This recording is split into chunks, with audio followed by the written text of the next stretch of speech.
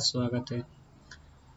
इसके पहले वाली वीडियो में हमने देखा था एक छोटा से छोटा प्रोग्राम बनाने के लिए हमें कितना जानना ज़रूरी होता है और हम उसे कैसे सेव करते हैं और कैसे कंपाइल करते हैं और कैसे रन करते हैं। तो इससे पहले वाली वीडियो में हमने एक एनिमल नाम का प्रोग्राम बनाया था जिसका क्लास नेम था एनिमल और ये मेन मेथड होता है। हम इसे चेंज नहीं करेंगे फ़िलहाल। और ये मैंने एक प्रिंट स्टेटमेंट लिखा था जिसके अंदर मैंने लिखा था डॉग हॉर्स कैट और मैंने इसे प्रिंट कराया था। और ये अगर आपने सेव कैसे करना है और छोटा से छोटा प्रोग्राम लिखना कैसे है, मिनिमम रिक्वायरमेंट आपकी अगर अपनी मिनिमम रिक्वायरमेंट पता है तो फिर हम लोग आगे चल सकते हैं। चलिए तो हम लोग आगे देखते हैं। अब हमने स्टार्ट अब बेसिक से करना है जो सबके हिसाब से बेसिक होता है, हमें भी उसी हिसाब से चलना होगा। मैंने ये वीडियो पहले बना दिया एक प्रोग्राम रन कराने के लिए। इससे आपको मतलब कोई दिक्कत नहीं होने वाली है, आपको ये पता होना चाहिए। हम लोग ये मेन मेथड के बारे में डिस्कस करेंगे, एक अलग टॉपिक है ये, क्लास भी एक अलग टॉपिक है, हम लोग आगे डिस्कस करेंगे हर एक चीज़। चलिए हम देखते हैं हमें क्या क्या अभी लैंग्वेज फंडामेंटल में देखना है। शुरुआत में हमें देखना होगा लैंग्वेज फंडामेंटल और लैंग्वेज फंडामेंटल के अंदर हम लोग देखेंगे पहला आइडेंटिफायर्स, उसके बाद हम लोग देखेंगे रिजर्व्ड वर्ड्स, उसके बाद डेटा टाइप्स, उसके बाद लिटरल्स, उसके बाद एरे देखेंगे हम लोग और फिर देखेंगे टाइप ऑफ वेरिएबल्स और फिर वेरगार मेथड्स और फिर मेन मेथड और फिर कमांड लाइन आर्गुमेंट्स और फिर जावा कोडिंग स्टैंडर्ड्स।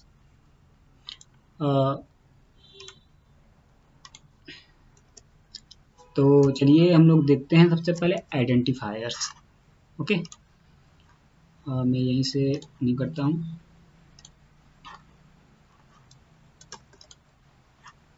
चलिए देखते हैं identifiers. What is identifiers? Identifiers, okay. Identifiers का मतलब होता है a name in Java programming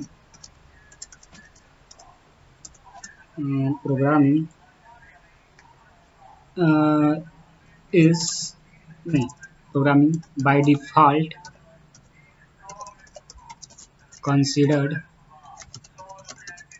as identifiers. Okay, फिर होता है आपका which can be used for identification purpose.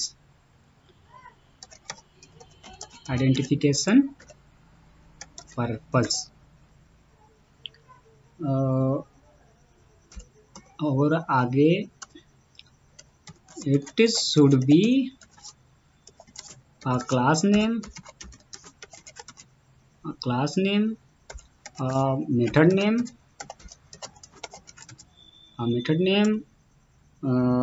a variable name और a label name।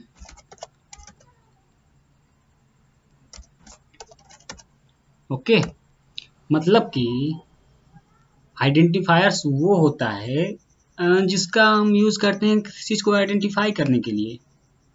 और आइडेंटिफाई करने के लिए एक यूनिक हम लोग आइडेंटिफिकेशन देते हैं किसी चीज़ को। जैसे किसी क्लास को हमें नेम देना है तो हम उसे एक अलग आइडेंटिफिकेशन कुछ देंगे। उसका नाम जो है एक आइडेंटिटी है उस क्लास का, तो वो आइडेंटिफायर्स हुआ। कोई मेथड है, जैसे मेन मेथड ही है तो मेन जो है वो आइडेंटिफायर है। वेरिएबल नेम, जैसे मैंने लिखा a = 5, b = 6, a और b जो है ये आइडेंटिफायर्स हैं। लेबल नेम, किसी भी स्टेटमेंट के आगे लेबल लगाते हैं आप तो भी उसको आइडेंटिफाई करता है। उस स्टेटमेंट उस वेरिएबल को, तो ये भी होता है आइडेंटिफायर्स। चलिए हम लोग एग्जाम्पल देखते हैं। एग्जाम्पल देखते हैं हम लोग एक।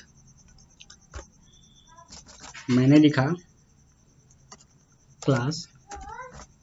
मैं ये कोड रन नहीं कराऊंगा, ये मेरा कोड रन नहीं होगा। आप इसे डायरेक्ट नोटपैड में ये मेरा एग्जाम्पल लिख के और रन करा सकते हैं कमांड प्रॉम्प्ट में जाके। और ये मैं इसमें कुछ और चीज़ें ऐड किया हूँ तो ये रन होगा, लेकिन सेम इसे ऐसे ही लिख के आप रन करा सकते हैं। मैं क्लास मैं अपना नाम लिखता हूँ, ओके। और फिर ये हुआ मेरा क्लास नेम और ये क्लास की बॉडी बनी। और इसके अंदर इसके अंदर होता है main method, public static void main string अरे आर्क्स। मैंने ये लिखा मेन मेथड और इसकी एक बॉडी बनी। और इसके अंदर मान लीजिए मैं इसके अंदर कोड लिखूंगा, और कोड मान लीजिए मैंने कुछ भी लिखा, सिस्टम सॉरी मैंने लिया एज इक्वल टू 5 और मैंने इसे इस 5 को प्रिंट कराया। System dot out dot print Elon a, okay. अब मैं इसे ये क्लास की ये मेन मेथड की बॉडी बन गई और ये क्लास की, ये हमारा एक छोटा सा कोड तैयार है। अब आपको देख रहा है आइडेंटिफायर्स कितने हैं इसमें, आइडेंटिफायर्स तो आपको देखना है इसमें आइडेंटिफायर कितने हैं। तो चलिए देखते हैं। ये एक हुआ क्लास का नाम, क्योंकि ऊपर मैंने लिखा है ये क्लास नेम, मेथड नेम और वेरिएबल नेम, ये सारे आइडेंटिफायर होते हैं। और ये नीरज एक आइडेंटिफायर है। और ये जो मेन है, ये इस मेथड का, ये जो मेथड है इसका नाम है मेन।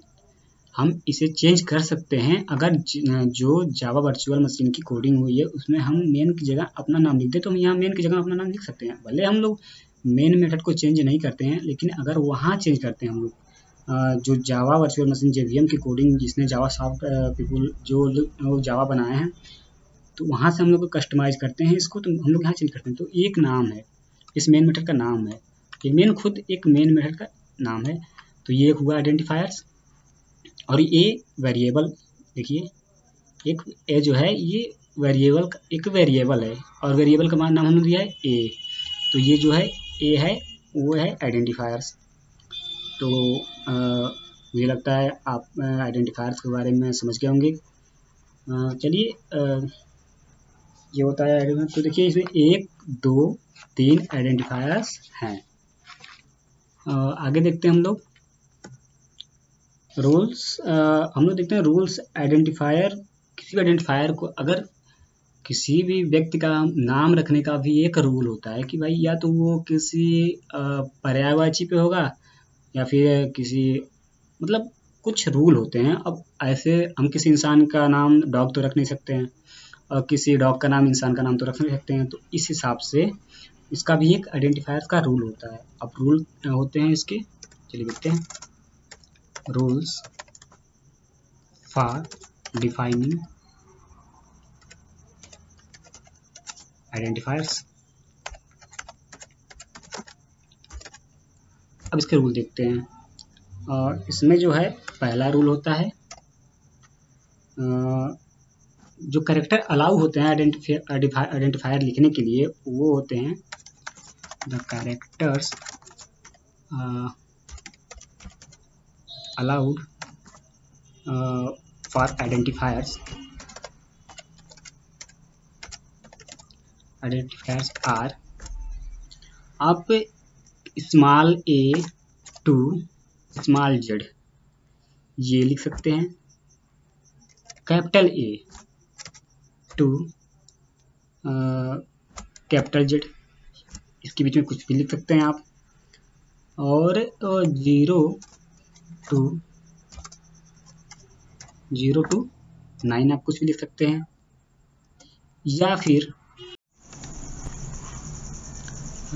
फिर आप 0 to 9 लिख सकते हैं, या फिर आप डॉलर लिख सकते हैं, और या आप लिख सकते हैं अंडरस्कोर। इससे बाहर आप किसी भी कैरेक्टर का यूज़ नहीं करेंगे आइडेंटिफायर के लिए। आप अगर कोई और कैरेक्टर ऐड करते हैं अपने आइडेंटिफायर के नेम में तो आपका प्रोग्राम एरर बताएगा कंपाइल के टाइम। कंपाइल एरर पक्का है आएगा। चलिए हम लोग एक प्रोग्राम बना के उसे देखते हैं। चलिए हम लोग देखते हैं। सॉरी। चलिए हम लोग देखते हैं। यहाँ मैंने लिखा क्लास एक क्लास होता है, आपको पता है, आपने पिछला वीडियो देखा होगा तो आपको पता होगा एक क्लास होता है। पहले ज़रूरी होता है ये लिखना ही होगा आपको, और मैं इसको लिखता हूँ, मैं एक नाम देता हूँ।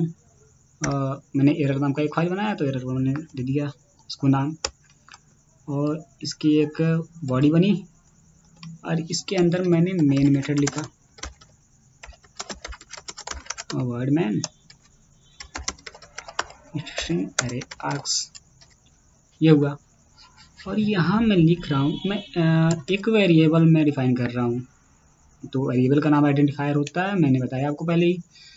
तो मैं एक वेरिएबल डिफाइन करता हूँ, नीरज हैज़ इक्वल टू 5, और मैं इसे प्रिंट कराता हूँ इस वेरिएबल को, system dot out println Neeraj has, print कराया मैंने इसे।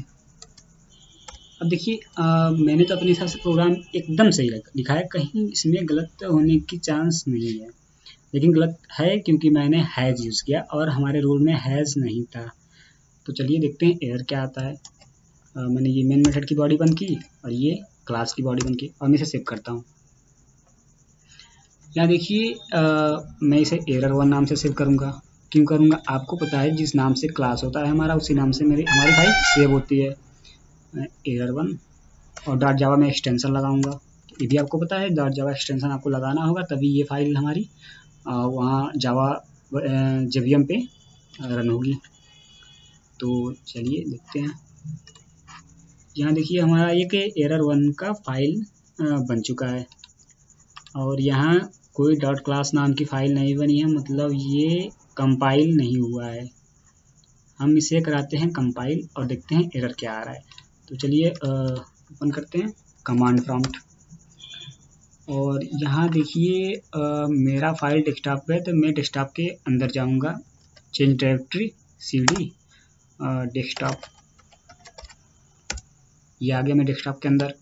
अब यहाँ मैं लिखूँगा एक कंपाइल कराने के लिए एक कमांड जावा सी, मेरा फाइल का नाम error1 है, वो लिखूँगा डॉट जावा, ये मेरा प्रोग्राम है। यहाँ देखिए ये लिखा है एरर जावा 5, 5वें लाइन में आपका एरर है। एरर क्या है? इलीगल कैरेक्टर जो है हैज़, और वो एरर कहाँ है? Neeraj has equal to 5। देखिए जावा 5वें कैरेक्टर में एरर नॉट ए स्टेटमेंट, ये स्टेटमेंट नहीं है, मतलब आप इलीगल कैरेक्टर यूज किए हैं। तो आपको आइडेंटिफायर के रूल समझ में आ गए होंगे मेरे हिसाब से, और हिसाब से क्या मतलब आ ही गए होंगे। तो चलिए देखते हैं दूसरा रूल क्या होता है। दूसरा रूल होता है आपका, दूसरा रूल चलिए देखते हैं। Identifiers can not starts with digits. अब इसमें समझाने वाली कोई बात है नहीं, अगर आपको थोड़ी भी इंग्लिश आती है तो आप ये समझ ही गए होंगे। जैसे चलिए मैं उसी प्रोग्राम को कस्टमाइज़ करता हूँ, वो थोड़ा चेंज करता हूँ, मैं पहले इसे हटाता हूँ, मैं उसी प्रोग्राम को थोड़ा सा चेंज करता हूँ। ये मेरा प्रोग्राम था error1, मैं ये हैज़ ना लगा के मैं आगे मैं लगाता हूँ 1, ओके। मतलब मैंने अपने आइडेंटिफायर को किसी डिजिट से स्टार्ट किया है, बाद में कुछ भी रहे उससे मतलब नहीं है, मतलब आपका आइडेंटिफायर डिजिट से स्टार्ट नहीं होगा। और मैं इसे सेव कर देता हूँ और फिर से मैं रन कराता हूँ। चलिए लिखता हूँ, कमांड प्रॉम्प्ट खोलता हूँ और फिर से वही सी डी डेस्कटॉप जावा सी एरर डॉट जावा। यहाँ फिर से आ गया आपके लिए इलीगल कैरेक्टर। और नहीं सॉरी यहाँ थोड़ी सी गलती है। हाँ, मैंने फाइल का नाम गलत लिखा, जावा सी एरर 1 डॉट जावा। मैंने इसे रन कराया। यहाँ देखिए, ये इस आइडेंटिफायर को कुछ और ही समझ रहा है, स्टेटमेंट के तरह ये ट्रीट कर रहा है। ये कह रहा है कि आपको सेमी कॉलन आपसे एक्सपेक्ट कर रहा है, मतलब ये कुछ और समझ रहा है आपके आइडेंटिफायर को, और इसीलिए ये बार बार आपको एरर दिखाएगा क्योंकि आप रूल के खिलाफ जा रहे हैं। तो ये आपको दूसरा रूल भी समझ में लगभग आ चुका होगा। जैसे कि मैंने लिखा, एक आइडेंटिफायर लिख रहा हूँ, नीरज 1 2 3 4, ये वैलिड है, मतलब ये रन करेगा। और एक एग्जांपल में और लिख रहा हूँ, 1 2 3 4 नीरज, ये जो आपका है वो इनवैलिड है क्योंकि ये एरर देगा आपको कंपाइल टाइम। क्यों एरर देगा? क्योंकि ये आपके रूल के खिलाफ जा रहा है। आप किसी डिजिट से अपने आइडेंटिफायर का नाम स्टार्ट नहीं कर सकते हैं। चलिए दूसरा रूल आपको अगर समझ में आ गया, चलते हैं तीसरे रूल की तरफ। तीसरा रूल आपका होता है जावा आइडेंटिफायर जो होता है, Java identifier are case sensitive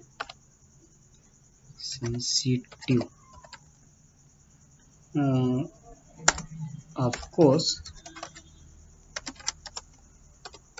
Java language is also case sensitive, यह तो आपको पता है। Java language is also case sensitive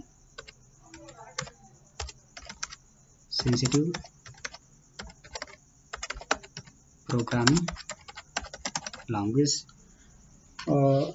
चलिए अब देखो सेंसिटिविटी देखते हैं, केस सेंसिटिव क्या होता है।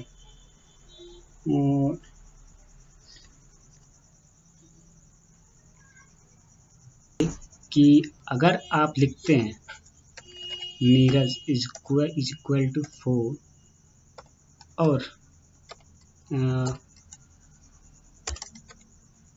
नीरज इज इक्वल टू 5, यहाँ देखिए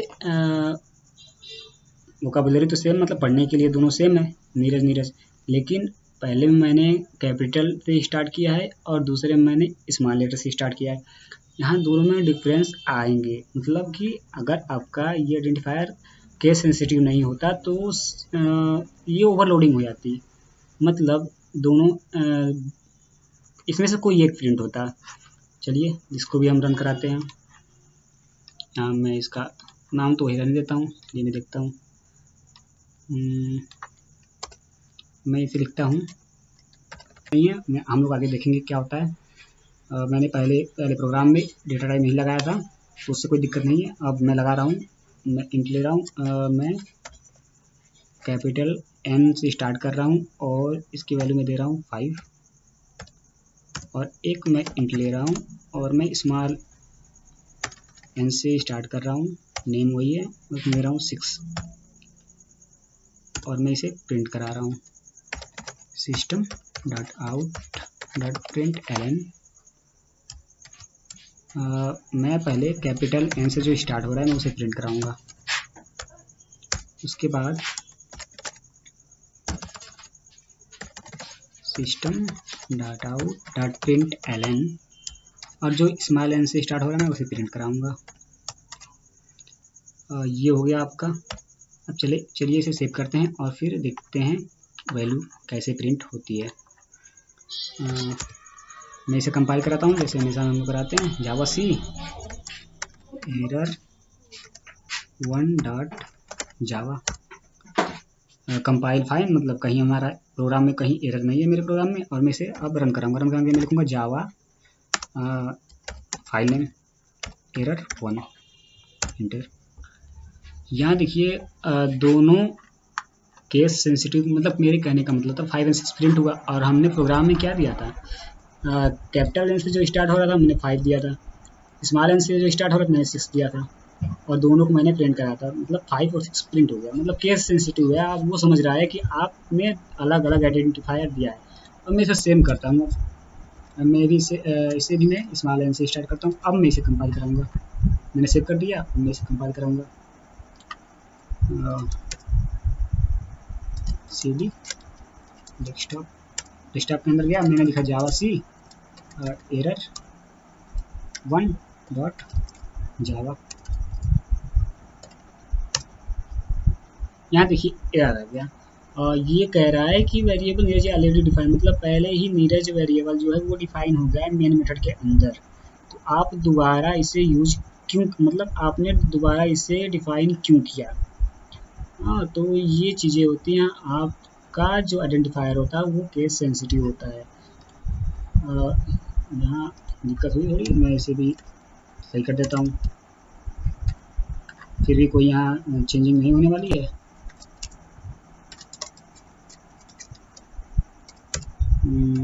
जावा सी एरर 1 डॉट जावा। कोई जी, ये आपका प्रॉब्लम है कि नीरज आपने वह आइडेंटिफायर नेम दिया है, फिर से दोबारा आपने एक वैल्यू को और आपने नीरज दे दिया, इसका मतलब आपका program compile time error show करेगा।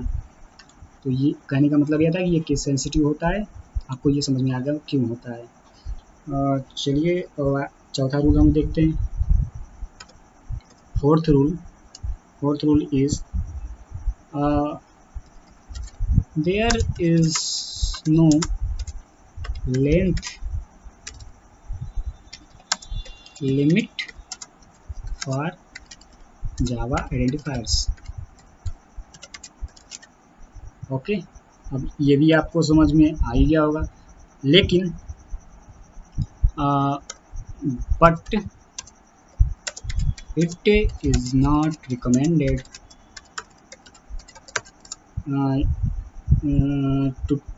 to take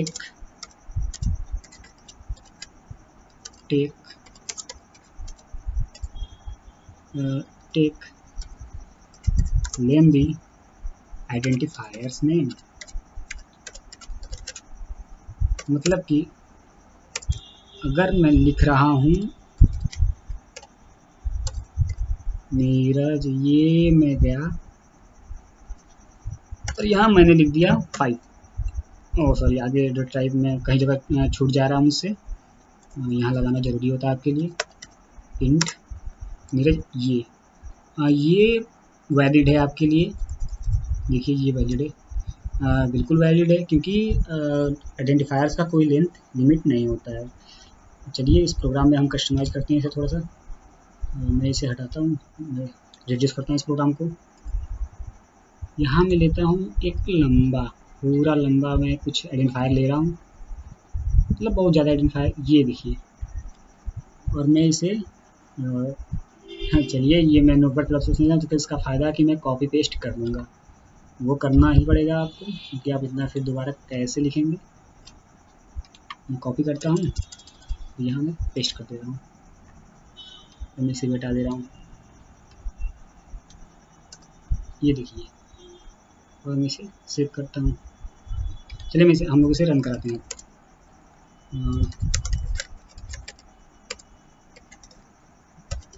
Java C error 1 dot जावा,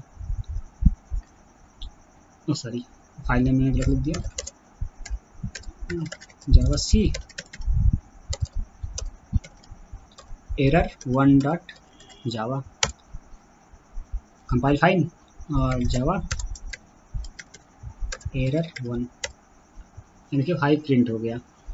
मतलब कि आप आइडेंटिफायर का साइज कितना भी लिख सकते हैं, लेकिन ये गुड एक अच्छे प्रोग्रामर के लिए ये सही नहीं होता है कि एक लंबा आइडेंटिफायर लेना, मतलब इसका कोई मतलब नहीं रह जाता है। तो चलिए अब अगला रूल देखते हैं। अगला रूल हमारा है all predefined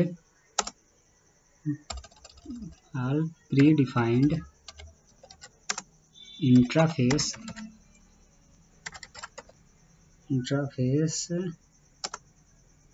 name interface and Java class name are allowed for identifiers। मतलब कि यहाँ आप